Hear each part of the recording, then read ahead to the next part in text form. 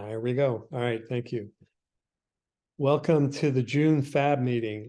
We're fortunate tonight to have a couple of guests who will be talking about the VDOT paving program and how Fairfax County works with VDOT to create bike facilities. But before that, I wanted to do a quick introduction. My name is Bruce Wright. I'm with FABB. We have several board members here tonight. We also have Ryan Paul Johnson from Fairfax County Department of Transportation. Ryan Paul is a transportation planner, works with Zack, who will be presenting later.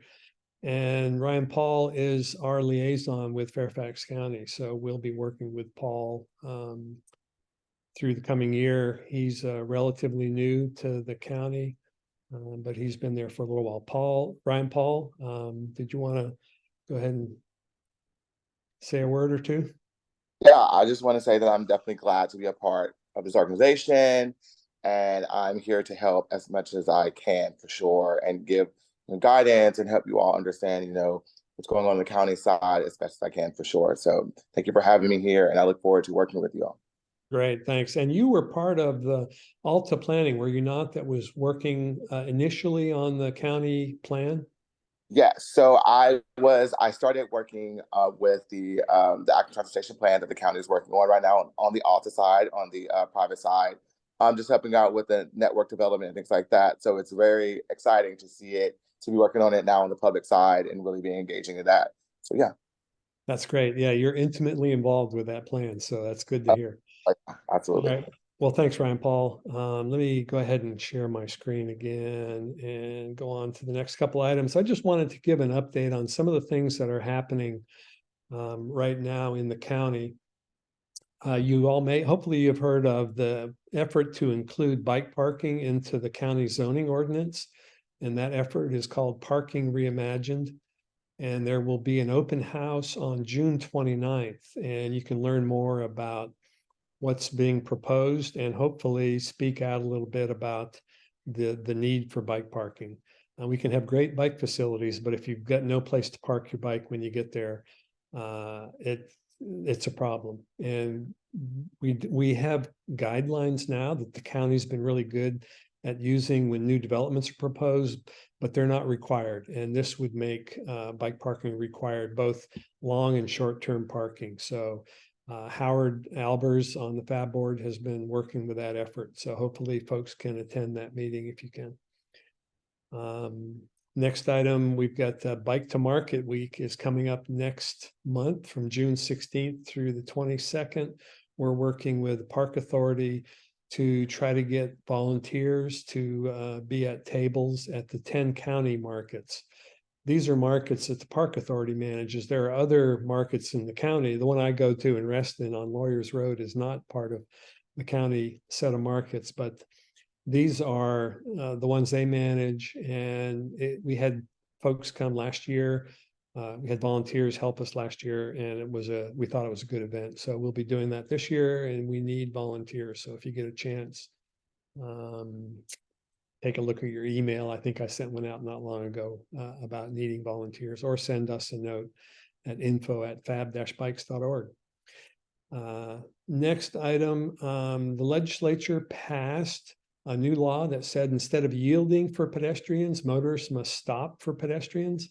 And I believe the county board is going to have a hearing on adopting that language into the county code. I don't understand why the county just doesn't have all the same code as the state, but anyway, that's happening on June 26th. There'll be a public hearing then. And on August 5th and 6th on the weekend, FABB will be at the 4-H fair. We'll have a table there, and we'll be talking to folks, trying to encourage them to use bikes for short trips. A major study that's underway is the Gallows Road corridor multimodal study, and it's looking at the entire length of Gallows Road from Tyson's, Route 7 and Tyson's, all the way down to Annandale.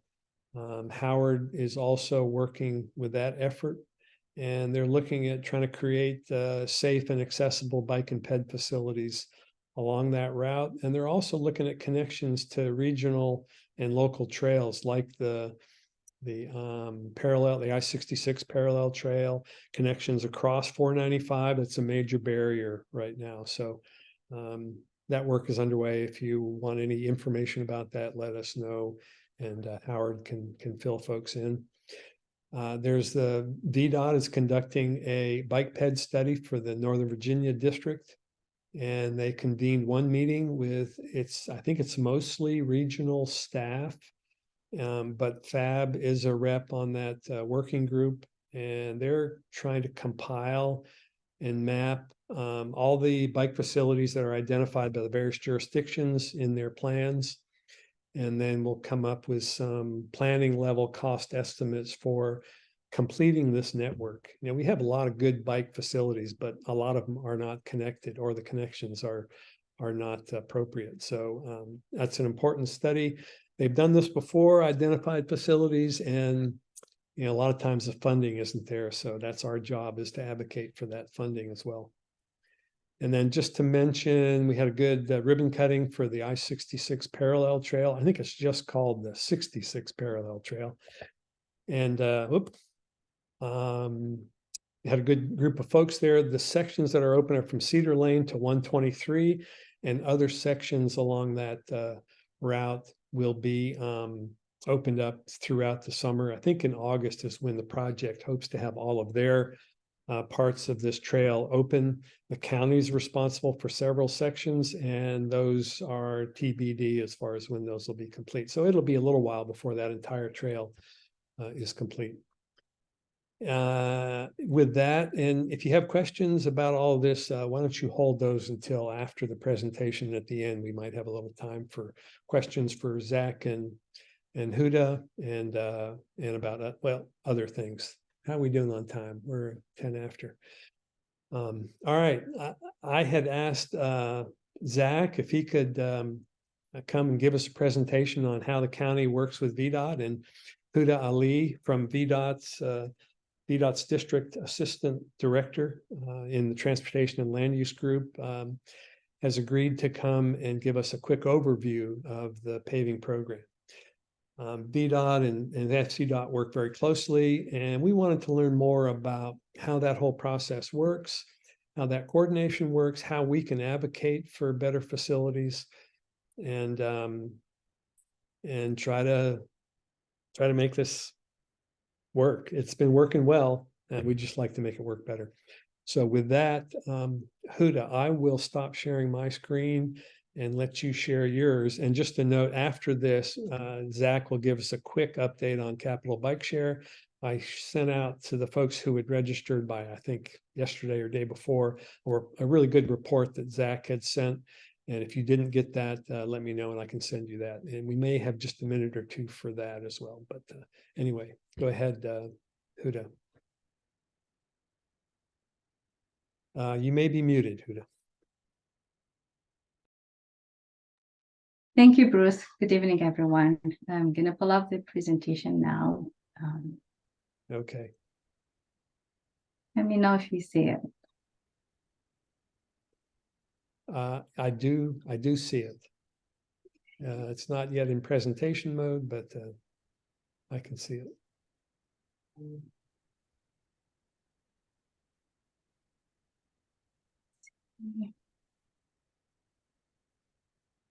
How about that now?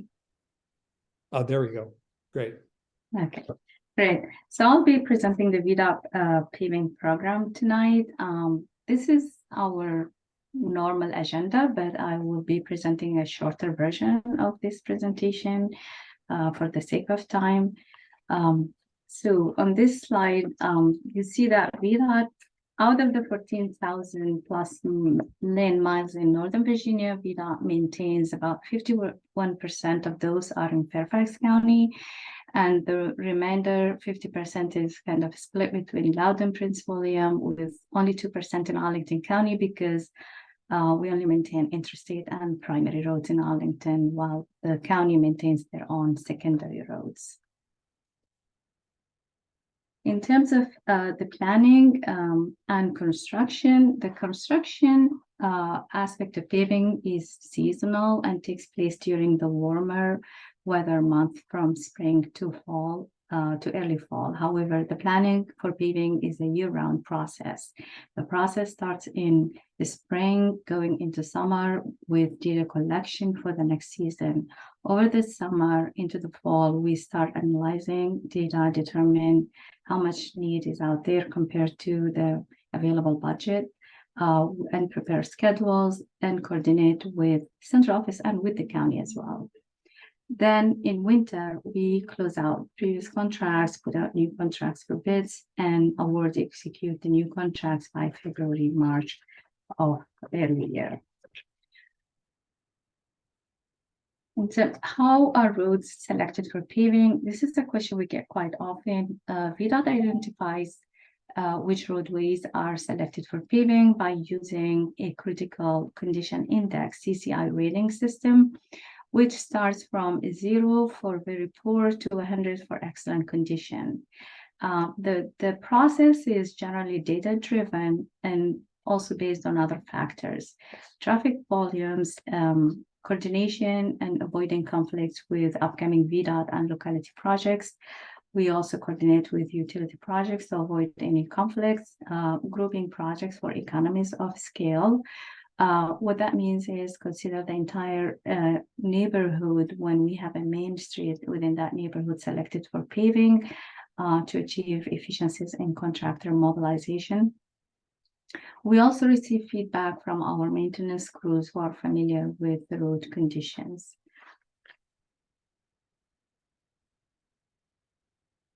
The pavement condition data, once collected and analyzed, it gets translated into a rating system with a scale from 0 being worst to 100 being best. The rating system we use is called CCI, which stands for Critical Condition Index. We focus on very poor and poor roads with sufficiency ratings below 60 CCI. We do not pave roads with ratings higher than 60 CCI.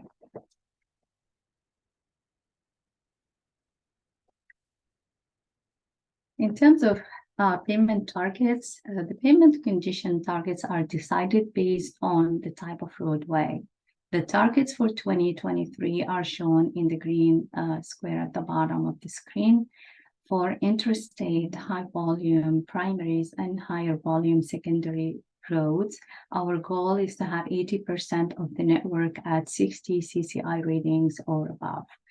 For low volume primary roads, we have a target of 75%.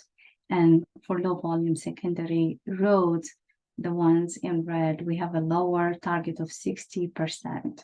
We'll see later in the presentation how the current payment conditions inform our budget decisions.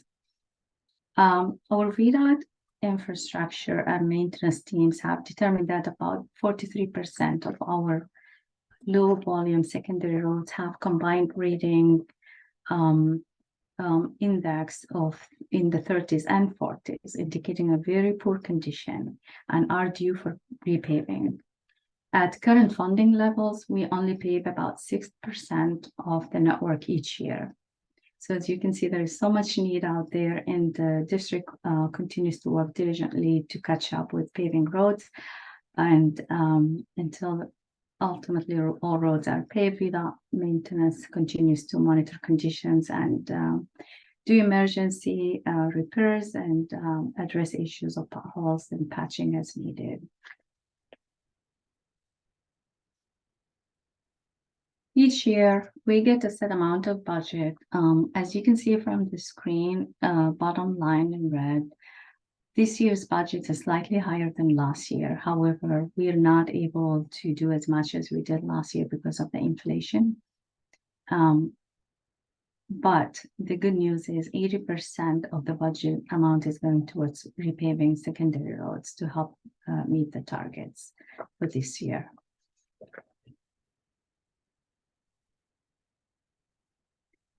This is an online resource that's available for public access, where they can see if the road is getting paved this year, and they can also monitor the progress and track with the project manager. In regard to pavement marking and striping, VDOT tried to take advantage of repaving to implement road striping in ways that will enhance safety and operation. We stripe most commonly to replace in-kind as to put in back what was existing before we mill and repave. We may occasionally restripe to improve a traffic condition by extending a turn lane, for example. We also take advantage of the repaving opportunity to collaborate with the county to implement new marking patterns, mainly by reducing the width of travel lanes where possible to enhance on-road bike routes and to add new crosswalks to improve pedestrian safety. So the topic of protected bike lanes came up recently, and I added this slide just to share some information. So the protected, also known as separated bike lane, requires a physical barrier between the bike lane and the travel lane. VDOT is not opposed to separated bike lanes or cycle tracks. These are generally a locality-driven capital project. It is outside the scope of repaving program, which works with existing roadway pavement using funded contracts to implement changes that are limited to restriping.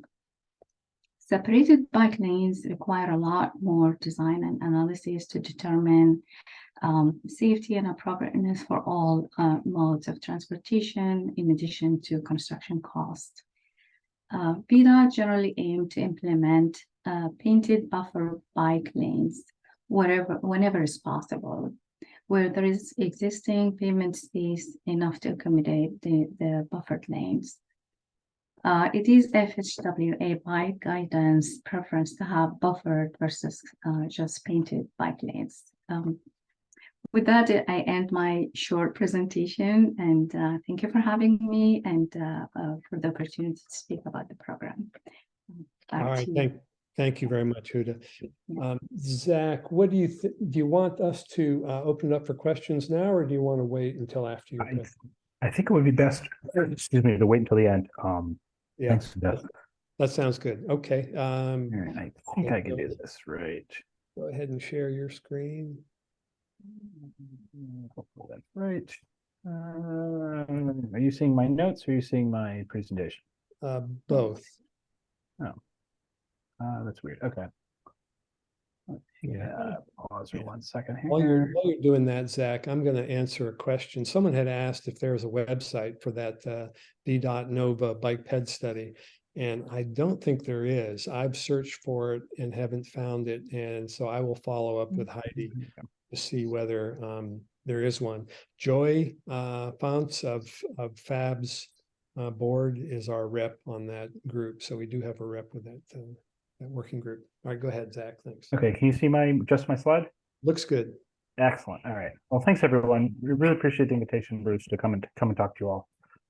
So I want to go into a little bit more detail than what we go through in our public meetings to kind of not to use a car metaphor, but show you what's underneath the hood of how we try to get the most out of our repaving program. So I'll kind of explain a little bit in detail, and then we can go to questions and answers. So there's a lot of information here on the slide, but as Houda mentioned earlier, this is a VDOT funded repaving program. The goal of the program is to repave the streets. There's some things that are out of scope. There's a lot of caveats to using that funding, and so it's primarily essentially it covers paint and asphalt is kind of the key. And new crosswalks and bike lanes are kind of considered supplemental to that. And so generally between each year, between May and July, VDOT shares with us a draft paving list that has a list of streets. We review that and then we ask VDOT to consider potential crosswalks or new bike lanes. This list is not a public list because about 20% of the streets will actually drop off that list for various reasons. You know, there'll be a utility project, there'll be a construction project. And by sharing that draft list among, stakeholders, we can kind of identify those And so we don't repave a street and then have to dig it up 6 months later, because that's certainly a waste of our precious tax dollars. Zach, And then, yep. let me interrupt you just briefly. Is Mhm. this, the May to July, is that for the following year? Yes. Repaving, okay, great. Yep, Thanks. that's a great question. Thank you. Yeah, so this is so to do what we discussed in March, in April, that we started looking at this back in the previous May. And so we've just relooked at this list. We've shared the potential of bike lanes and crosswalks for VDOT's review.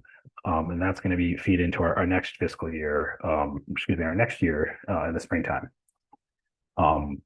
So then the following February, we then meet with VDOT staff to discuss what we proposed. Some of these streets will drop off as we've discussed. So we'll ask for, a certain street, and then we'll find out later that that was removed for various reasons. And then after that, we'll kind of develop these concepts, and we'll take them to our elected officials, our supervisors, to get their input in March. Once we receive their approval and their thoughts and incorporate their input, we then do the public part of the paving process, which is what you all usually see. And so we at FCDOT will lead that public engagement. We'll collect input from all the members of the community, and we'll share that input with the supervisors for sign off. Only after that do we take that concept and we go to VDOT's consultant. We have usually have another meeting or two, and we take that concept and we put that into the actual design, because obviously we want to make sure that our supervisors are comfortable before we actually really put pen to paper and really put that money into a good project. So we'll put that into a draft final design, which we'll then review again, and then we'll send it to the supervisors for their final review and their sign off. And once they sign off, that's when the VDOT staff can go out and their contractors can go out and pave the street and add these new bike lanes and crosswalks that we're all looking forward to. The VDOT's consultant also creates the sign plan. So if you see where a bike lane starts or a bike lane ends, those signs are designed by VDOT staff. And then FCDOT comes back after that with that design, and we install the signs for the bike lanes and the crosswalks once the paving is complete. So we try to do that as quickly as we can after the paving is done. And then one big, huge caveat behind this whole process is that our staff and VDOT staff are all very time limited. We have a lot of other things on our plates, and this is just one other program that we all are trying to keep up in the air and keep going. So kind of simplicity and ease of viewing of the project kind of wins the day. And so what do you look for in terms of types of bike lanes and types of guidance? So first we'll look at our countywide master plan. We'll see if a street is in that master plan or not. Sometimes it's not, or sometimes it is. We'll typically recommend the 5 to 6 foot wide bike lanes, 7 foot wide parking lanes. We'll try to get a buffer where possible. We typically try to do at least a 3 foot buffer, because that way we can come back at some point in the future and we can install a barrier. If it's less than that, it's more difficult to install a barrier.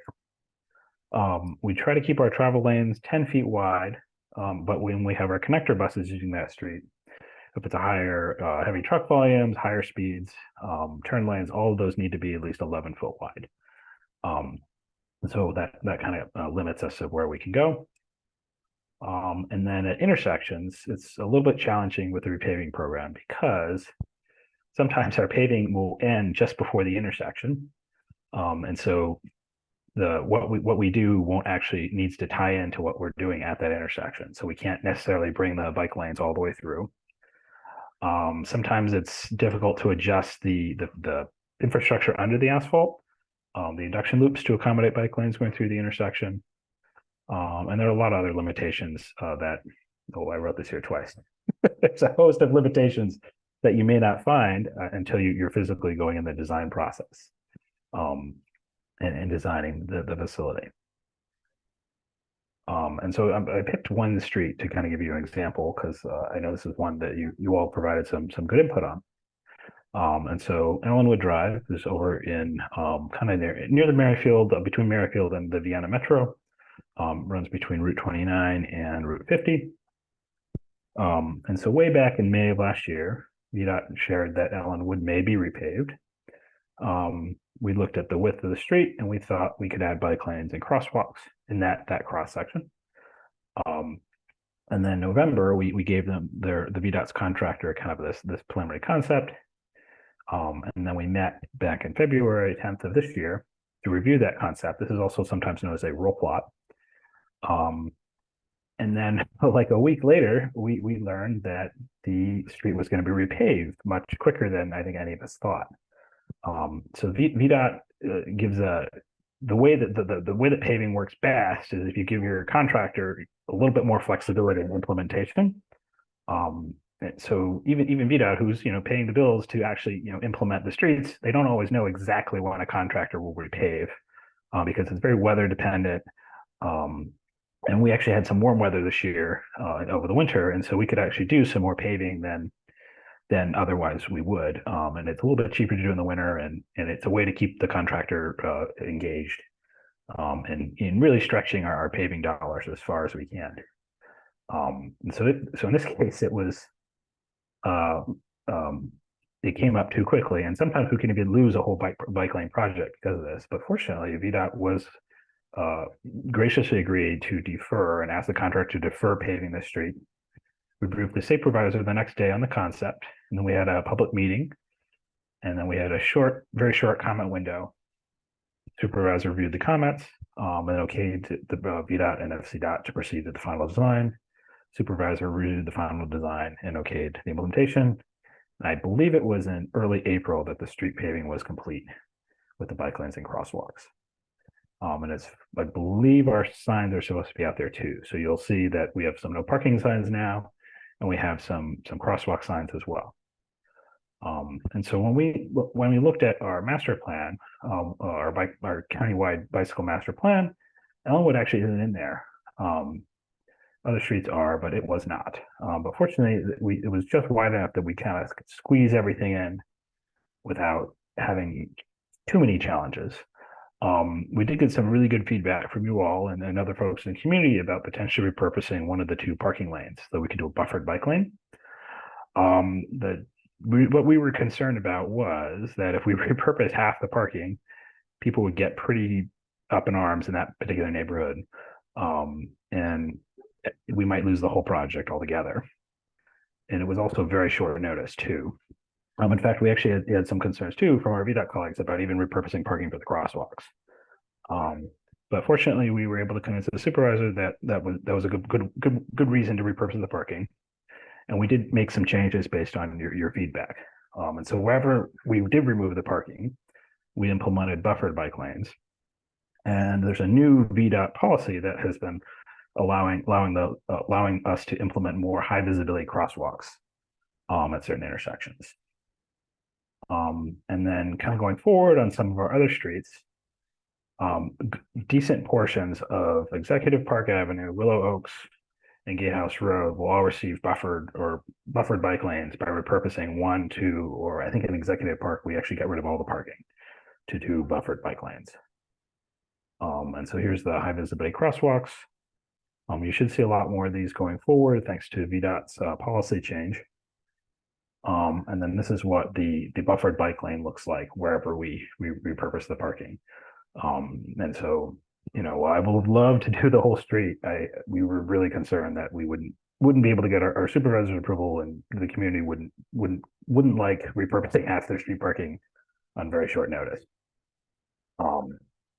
And then the other sections of the street, this is your typical cross section. So you have your 7-foot parking lane, your 5-foot bike lane, and then 10-foot travel lanes. And so where we go from here is, so going forward, we have some new staff. We have a new staff member joining us on July 3rd to kind of assist with our program. We're looking to do some road diets on some higher volume streets than what typically we've done in the past. Huntington Avenue is one of those over near the Huntington Metro. We don't yet have a response. I know you all had asked us to consider painting tighter curb radii. We have to work through some questions with VDOT about whether we need a striping plan, whether we could do that without doing a striping plan, and figure out how to make that work. going forward. And those are kind of some of the concrete changes. Some of the less concrete changes, we'd love to find ways to kind of supplement what we're doing, but we haven't had a whole lot of conversations about that yet. And so if you have questions or comments or feedback, I would like to hear it. That's why I'm here. All right. You all live here, you walk here, and we really value what you have to say. Great. Thanks, Zach. Can you leave this up? And in fact, can you go back a couple of slides? And I will just give a little background. Nope. Keep going forward. Oops, sorry. Go to the bike lanes. Next one. Yep. FABB did provide some comments. And as you can see, that bike lane is in the door zone. And so if a cyclist is inexperienced and they're riding either in the center or to the right of that bike lane, and someone opens their car door, they're going to get smacked. And there is a law that was passed that if you do that, if a motorist opens their door and strikes a cyclist, then it's the motorist's fault. But we thought that that these are dangerous, and we did not support them in this case. And this was a tough decision. The board was not unanimous in our opinions on this, but our general consensus was that we don't like these door zone bike lanes. Now, in the past, we have not come out strongly against these because they're bike lanes. And if you know how to ride in them, they're very useful.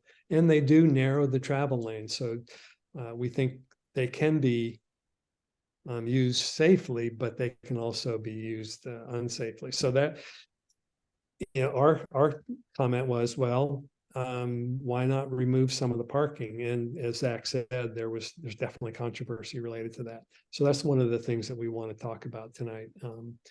And then I wanted to see if Houda, if you had any comments about what Zach had presented, or any thoughts before we open it up for questions.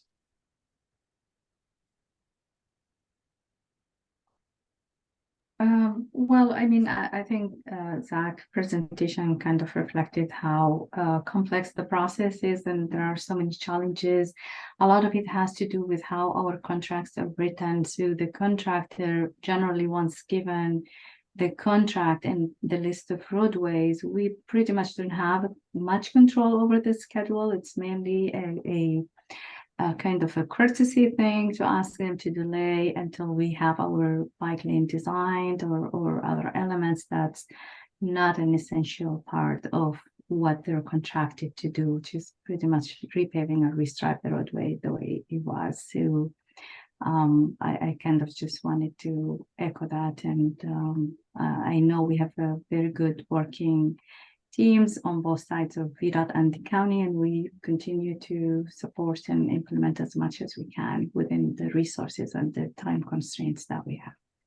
Right. Thank you. Well, we certainly do appreciate the bike lanes that have gone in and the work that you all are doing together. Well, why don't we open it up to questions? I will try to monitor the chat, but if you want to ask a verbal question, go ahead and raise your hand, and we'll do it that way. And looks like Jeff Gauger on the FABB board, he has raised his hand. Go ahead, Jeff. Hi, thank you both for your presentations.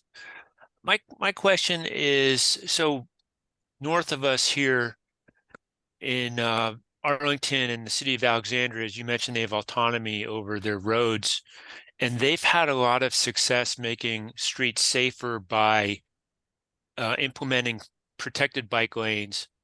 You said that VDOT's not opposed to protected bike lanes.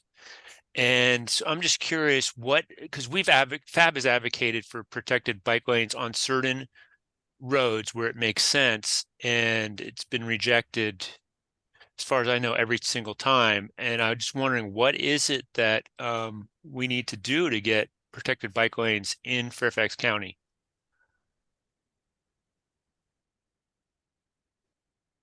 Houda, do you want to take that one, or do you want me to start? I can start, and then you can Okay. take it over. Yeah. Well, thank you for the question.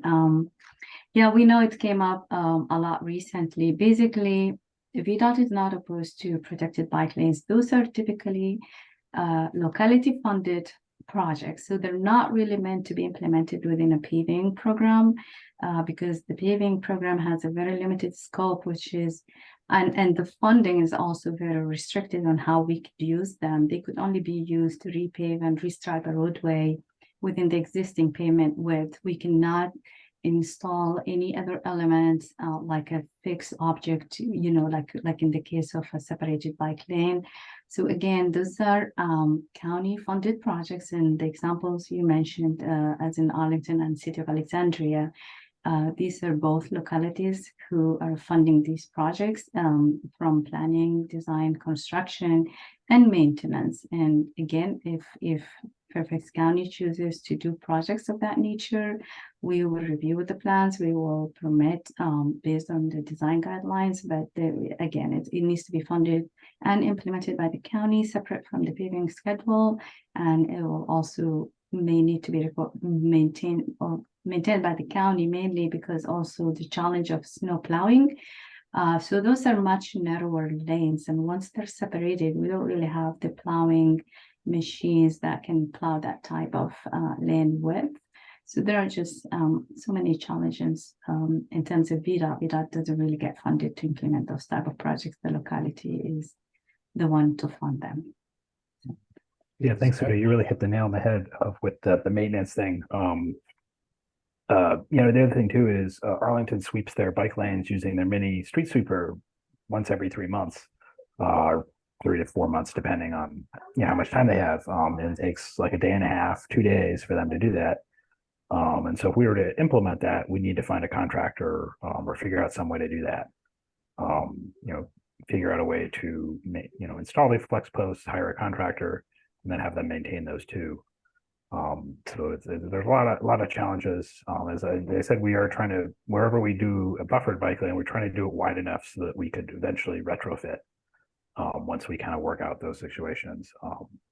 But that it is something that we're looking for within our own budget to try to figure out how to implement, and of course work with VDOT. And I will say too, the city of Alexandria does not have any protected bike lanes today. They only, as of like this month, have just started to just announced publicly they're going to do them.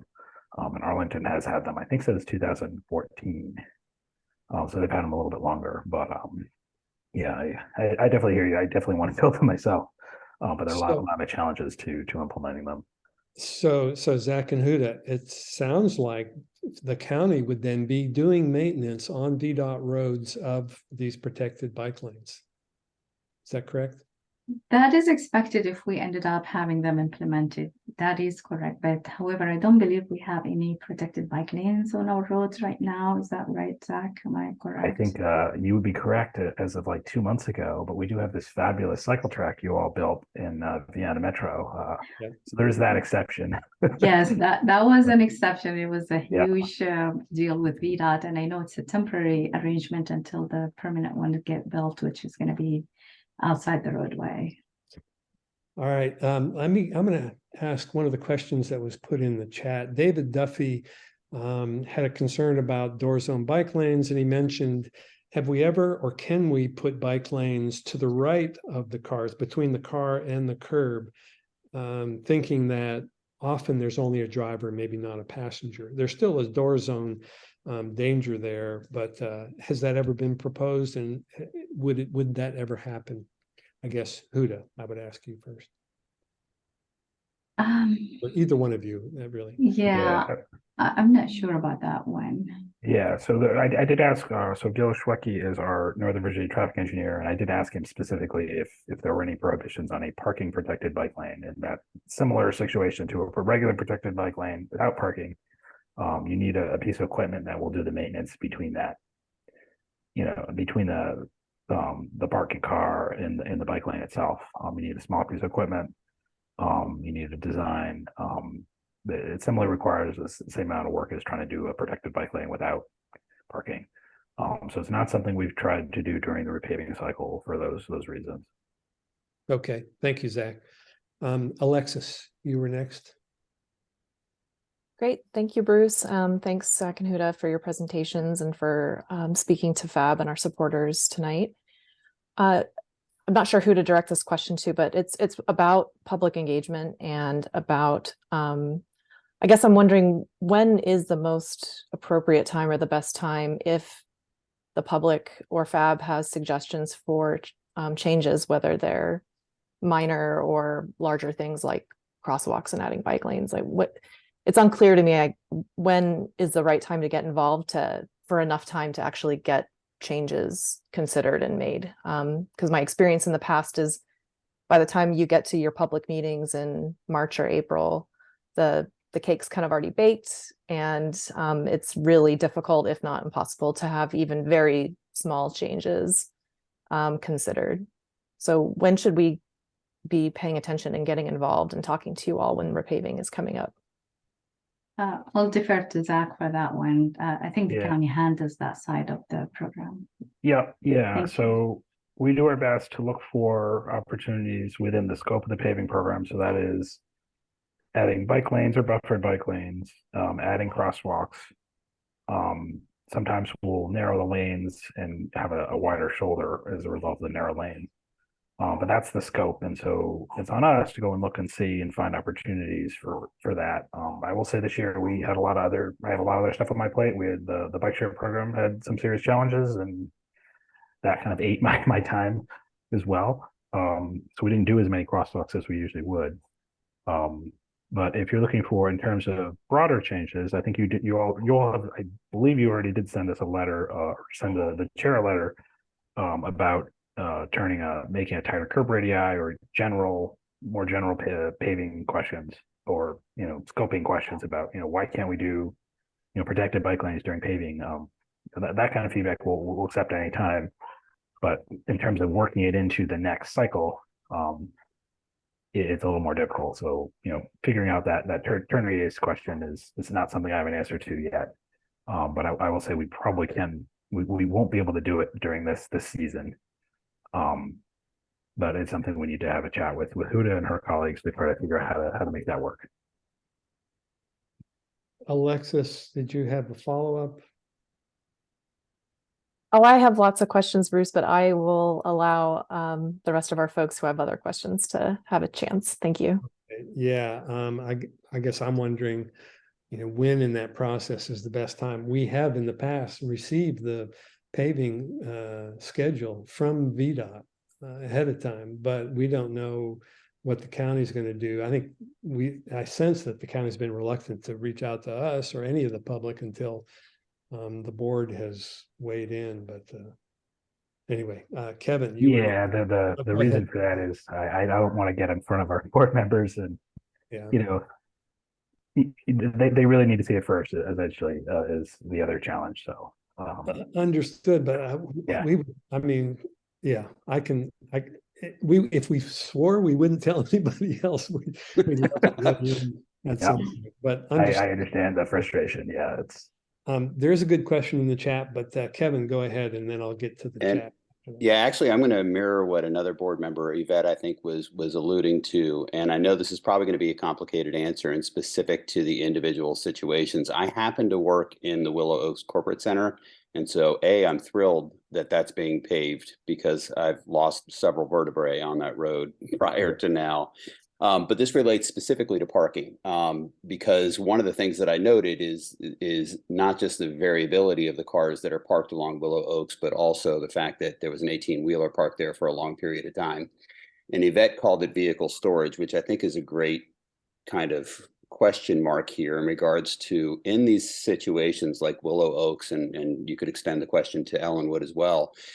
Is the county or is the state providing parking, or is this just de facto parking that's occurring because there's room on the road for that parking to occur? So I understand there's going to be pushback from residents if they lose that parking, but I also, from personal experience, recognize that parking isn't always being done by residents with residential vehicles. So I'm kind of curious as to what the county or state role is in providing the parking or the vehicle storage to begin with. So parking is generally regulated by the county. They have parking zones. They assign residential versus commercial parking in general, and they do the enforcement as well.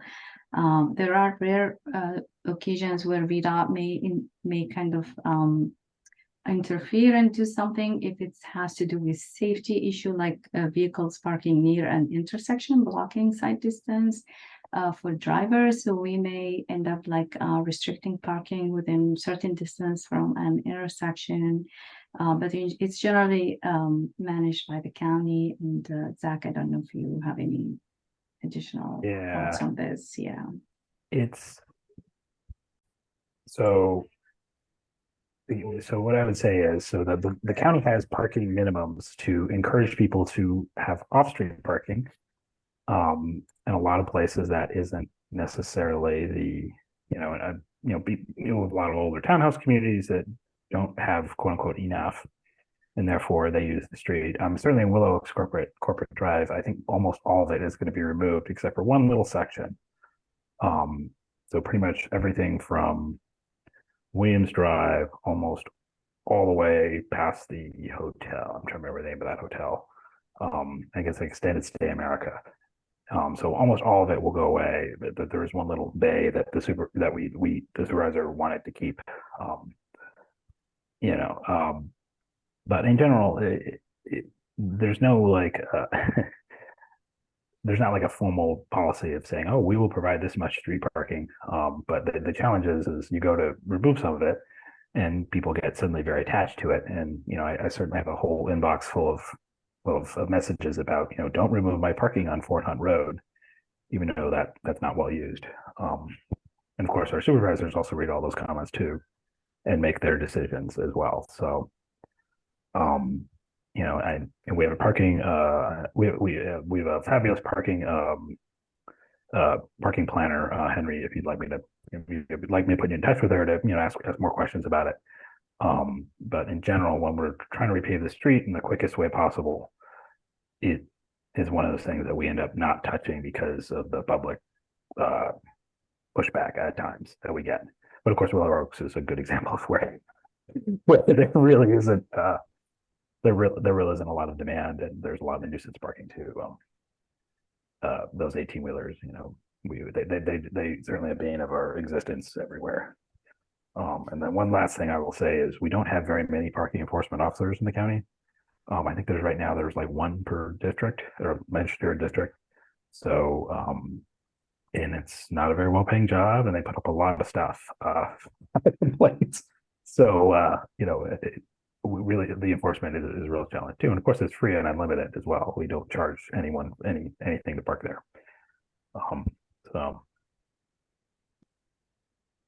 So it sounds like if the county wanted to get rid of all the street parking in the county, it's kind of up to the county to do it. I would say it's mostly up to the individual supervisor in those districts. So some supervisors are more amenable to it and some are not. I would bet that the county doesn't know how much street parking there is. And I don't think VDOT does either, because I've asked the question. And it would be interesting to know how much, of our road space, very valuable real estate, is devoted to this free, unlimited parking. Anyway, I know it's a very hot issue with the supervisors, but that's something that we will continue probably to work on. So Kevin, you did answer the question that I was going to ask, or you asked the question that I was going to ask that was in the chat. So Chris, why don't you go ahead? Okay, thanks. I guess I wanted to get back to the public engagement questions a little bit. So yeah, I mean, I think Alexis asks a good question about how some of your partners like FABB and Fairfax Families for Safe Streets could engage and provide feedback in a way, perhaps in a different part of the process where we're more likely to have constructive feedback that would be considered. So I'd like to learn more about that. But I guess what I wanted to ask was, in my own neighborhood, I live in the Providence district along Blake Lane. Over the last couple of years, there have been some repaving projects that have happened that, quote unquote, surprised me because they were not a part of the Providence presentations. And so I'll just give you three quick examples. Kingsbridge Drive, which runs next to the Mosaic Elementary School. That's an elementary school that's up for renovation, including changes to kiss and ride and bike ped access, et cetera. A lot of community concern about traffic safety on Kingsbridge Drive. That was repaved without, I believe, any public presentation or public meeting. Five Oaks Drive, which connects to Sainsbury and is the key, active transportation connection to the Vienna Metro station, was repaved this summer without any new treatments, without it being included in the Providence presentation. Platten Drive, Edgeley Drive is another example. Platten being one of the new connectors to the I-66 trail. Again, also repaved this summer without being included in the Providence presentation. So I guess what my question is what's the decision-making process around what gets included and what doesn't? I mean, were those streets that maybe were repaved without FCDOT being notified? Was FCDOT notified, but there just wasn't an opportunity to do anything other than in-kind restriping, and so there was no point in a presentation? I just kind of want to understand how which repaving projects the public is notified about and has the opportunity to comment on, and which ones they don't. So we only present streets that we're planning to make changes to. So I think some of those, Platten, I don't think we had enough space to do any kind of bike lane. Oh, and the other thing too is there are other little things that you kind of learn along the process. So you need a center line. So you need the two yellow lines to do bike lane.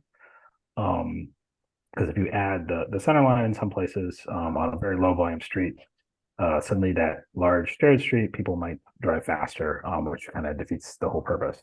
And so typically our lower volume streets don't have center lines. And therefore we don't add bike lanes to streets without center lines. So that would take care of a couple of those. I think Five Oaks, let's see, there's street parking there. There might have been, sometimes just the width just doesn't work for that. Yeah, I don't need yeah. you, Zach, to explain. And then I guess briefly we missed that one. I just that was repaved without, it was repaved earlier than what we anticipated, and it just we didn't have time to add them to that street, unfortunately. That's it's definitely a real bummer about that. Okay. Well, I guess maybe what my suggestion would be then is, I think from the public's perspective, the presentations, including, I might recommend that you include in your presentations paving projects that are happening without changes for the public to provide comment on, and not just including those where you are implementing changes. I think a decision not to implement bike ped, striping enhancements is worth getting feedback on as much as the roads where you are considering changes. But that's good to understand. I didn't know why some roads are getting repaved without being included in the presentation, and I think you answered the question as to why. Thanks. Yeah, if Kingsbridge were earlier, I totally would have got something in there, but unfortunately it just didn't come along in time, and it got paved. I think it was last September, I want to say. Yeah, I think that's right. I realize it's a very complicated process, but I think from a safety advocate perspective, you get these chances once every however many years roads are paved, 10 years or more. So like you feel like you've missed a chance because of a bureaucratic wrinkle, and you're stuck with it for 10 years. So yeah, it's a little frustrating. All right. Got a question in the chat from Stephen. Question for Houda. How does VDOT's replace in-kind approach account for continual changes to our knowledge of roadway planning, motorist behavior, average vehicle size and weight, and frankly, planners historically favoring of speedy motor vehicles travel over the safety of vulnerable road users? I'll try my best to answer this, but when we say replacing kind, all what we mean is just basically repaving, mill and repave a roadway and put back the striping the way it was originally is. So just basically put back what was existing. That's what we were referring to. In some occasions, we may seek opportunities to improve an operation or safety condition of the roadway if we're aware of it. You may be able to stripe a turn lane or extend a turn lane if the space allow and there is an opportunity to do that. And first of all, if we know of the safety issue, and but basically that's what I know in general. In terms of I guess targeting, aggressive driving, and things of that nature. There is only so much the state can do about it. A lot of it has to do with enforcement, which is unfortunate. The state does not do enforcement. That's up to the police to do that type of enforcement in general. Yeah, I think Steve's really getting at the overall issue of, situations change over time, attitudes change, and they really aren't factored into the repaving. You mentioned there are some safety concerns that are done, but there probably aren't funds really to do that, to sit back and do that comprehensive planning, and then have the funds to make the changes that might be needed. And so I think it's tough to make the kind of changes that Steve was suggesting. Yeah, exactly. We're limited. I mean, repaving funds are very limited in their scope. You will have to work with what's existing on the roadway, basically put back what was existing, and it's limited to striping without being able to add any design elements or anything of that nature. However, in other programs, we've looked sometimes at speed limits. We've reduced the speed limit recently in a couple of corridors. Route 1 is one of them. Lisbon Pike in the Bailey's Crossroad area is another one. So yeah, I mean, we do have other programs to target these type of issues. Yeah. All right. We're at 8 o'clock. We generally try to keep these to around an hour. We can go over a little bit. There are several questions in the chat and comments that unfortunately we're not going to be able to get to due to time. I would like Zack, and what we can do is we will keep a copy of these questions, and I'll share them with Zack and Houda, and we'll see if we can't try to get some answers, and then try to get the information out to folks who've registered. Zack, we really don't have much time. Is there a way you can give us a very quick Sure. Yeah. about So you got the capital bike share program or about the bike share program? Okay, so if you haven't gotten this, do email Bruce because he can give it to you, or you can email me. So we've done a lot of work on the bike share program since our last meeting in October. So we're up to, sorry, I should have corrected this. We're actually up to 62 stations as of Wednesday, yesterday. Quite a few new ones. We moved some around. We have new e-bikes, should have about 144 or 140 to 145 by mid-July. And then we have some new installs that are going in this week and next week.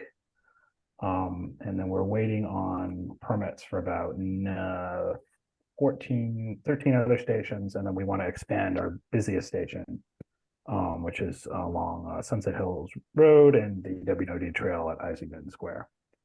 And then we've got some private property owners that have graciously agreed to host stations that we're still working on getting agreements to. We're trying to move some of our lower ridership stations to places where they're more likely to be useful to the community. Our friends at the George Mason University are going to sponsor 3 stations on their campus, and that will they're technically in Fairfax County, but they'll be paid for by GMU. And that will actually extend the city of Fairfax bike share network, which should be coming online pretty soon. We're trying to work with our Park Service colleagues to add stations on the Mount Vernon Trail, potentially as soon as next year. Let's see here. And then we've got 2 other grants that we're still working through. So we have about approximately 10 stations. We want to put approximately 5 around Innovation Metro, and 5 around the north part of the north entrance of the Huntington Metro. And then we've got another really cool grant called and actually I think this is one of the first nationwide. It's an earmark or congressionally directed spending in actual terms. We're thinking we're going to do approximately 21 stations, and in clusters of 3 to 6 in various parts of the county that are underserved. And actually, Annandale, I think you all had provided some really good feedback about Annandale. And I actually discovered that this earmark has a match, so we have a little bit more money than I thought. And so as a result, Annandale has been added. So we're hoping to do between 3 to 6 stations in that neighborhood as well. And there'll be more opportunities to provide feedback on some of these other locations. So that's what I've got for bike share. And if you have questions, feel free to send me a note at my email address here. Or if you have other questions about what we talked about tonight, happy to chat and try to answer your question as best I can, or find someone who can. It is exciting to see the expansion in these new areas, and you're getting around to trying to cover the whole county. It's a big county, but we're starting to spread that network, so that's great. So wanted to thank both you and Houda very much for your presentations. This was very informative. If folks have other questions or comments, or you want a copy of this and you didn't get it, send any of that, either those questions or that request to info@fabb-bikes.org. And as I said, I'll try to capture those questions. Any last comments or announcements from the group before we end the meeting? If not, all right. Well, thanks everybody for coming. Appreciate it. Thank you for having me. Thank you for having us. Have a great night, everyone. See you on the trails. All right.